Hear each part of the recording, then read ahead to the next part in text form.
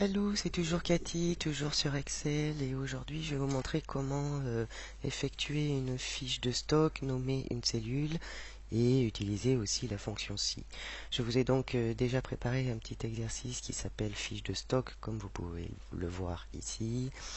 J'ai déjà tapé le document, donc on est au mois de janvier et il y a déjà donc un stock que l'on va nommer ici dans stock minimum.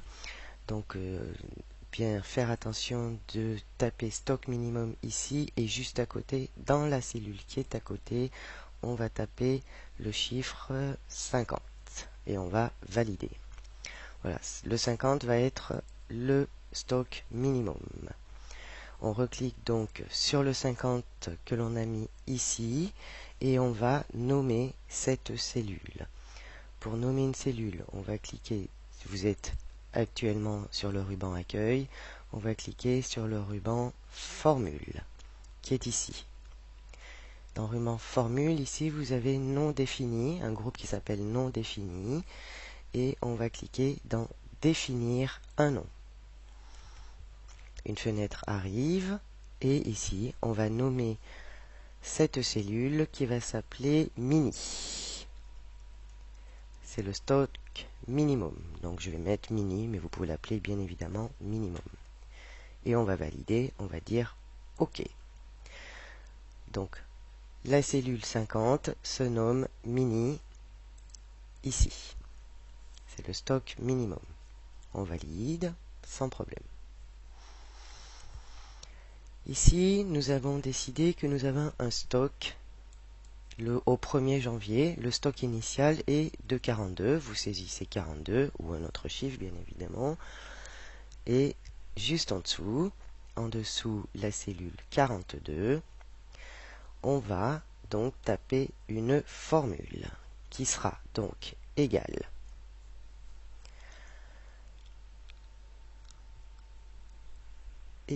donc à la première entrée du 4 janvier, on mettra le chiffre après, ça sera l'entrée numéro 12 qui est le C13. Pardon, excusez-moi, on commence par le 42 qui est le stock minimum. On va indiquer le signe plus l'entrée qui va arriver ici au 4 janvier, plus le C13, moins, on indique le signe moins, et on va cliquer sur la sortie, qui sera ici en D13, qui est pour l'instant de 0. Voilà la formule. En dessous, le stock 42 égale E12, l'entrée qui va se faire ici, plus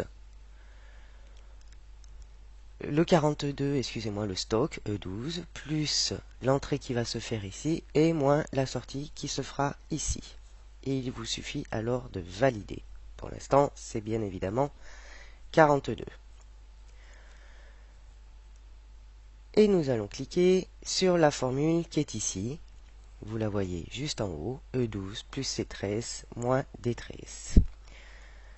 Dans l'entrée, ici, si vous indiquez que vous avez une entrée au 4 janvier de 30, je mets 30 et je valide, je fais entrée. Comme vous pouvez le voir, effectivement, ça change.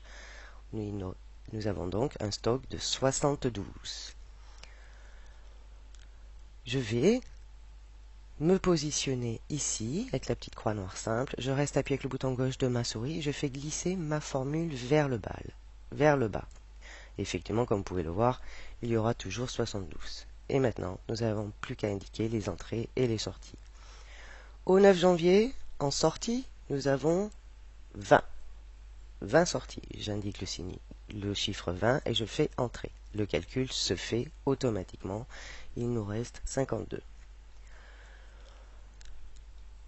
Au 15 janvier, nous avons sorti, par exemple, 8 produits et je fais entrée. Il nous reste 44. Et puis, en entrée, au numéro 15, entrée numéro 15, ici nous avons encore 30. Et je fais entrée. Vous voyez, le calcul se fait. Et puis, en sortie, numéro 32, nous avons 4 sorties. Entrée. Et nous avons 12 en sortie numéro 35. Et je fais entrée. Comme vous pouvez le voir ici, les calculs se font automatiquement. En dessous, observation. Évidemment, il est important d'indiquer une fonction si pour savoir si on a besoin de commander ou pas, ou si le stock est bon. Ici, nous allons insérer une fonction qui sera la fonction si. Et on va dire OK. Une fenêtre s'ouvre. Alors, si quoi? Si le 42 qui est ici, le stock initial, je clique dessus, est inférieur au 50, qui est bien évidemment le stock mini que nous avons nommé. Lorsque je clique sur le 50, on voit ici le mot mini, c'est le stock minimum. Donc, si le stock initial est inférieur au minimum, qu'est-ce qui se passe? Il va nous falloir donc, ici, si la valeur est vraie, on va dire qu'il faut commander des produits. Et si c'est faux, si le stock est supérieur, le stock, il est bon. On indique stock bon.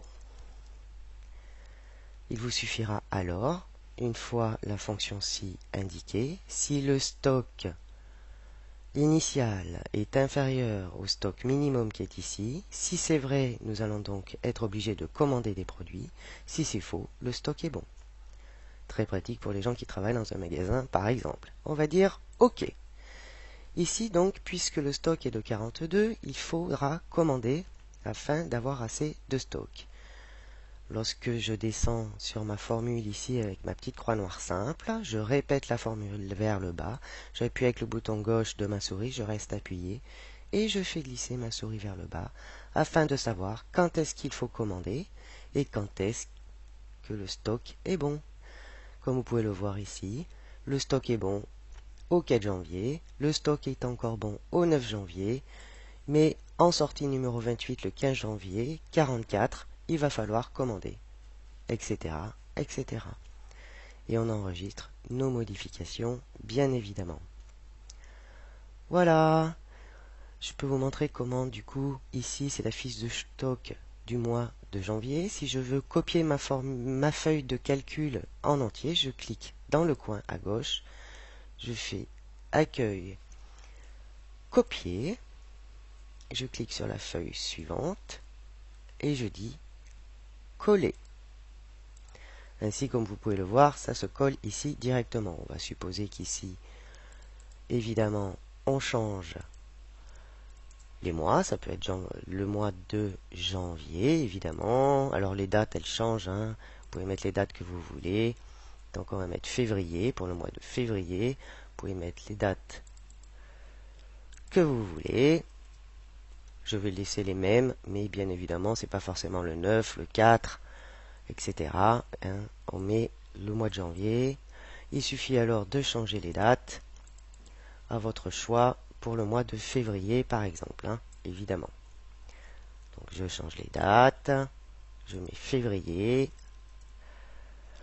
Il suffit de saisir, c'est bien pratique, et de changer, évidemment, toutes les dates que vous souhaitez. Je vais laisser les mêmes dates, mais ce n'est pas un problème. Le stock initial étant toujours de 50, c'est déjà nommé. Ici, le stock en février, donc, reste à 58. On reprend le 58 qui est ici, c'est ce qui reste au départ. Entrée, du coup, les calculs se font. Et à vous de mettre les entrées, les sorties. Là, on va mettre 20. Hop. Les sorties, on peut mettre 15. Et vous voyez que tout se calcule automatique. Aussi, on peut très bien enlever ici. Mettre une entrée, on va mettre 10. Ici, on va mettre 0. Ici, on va mettre 40. Sortie, vous voyez, commandé.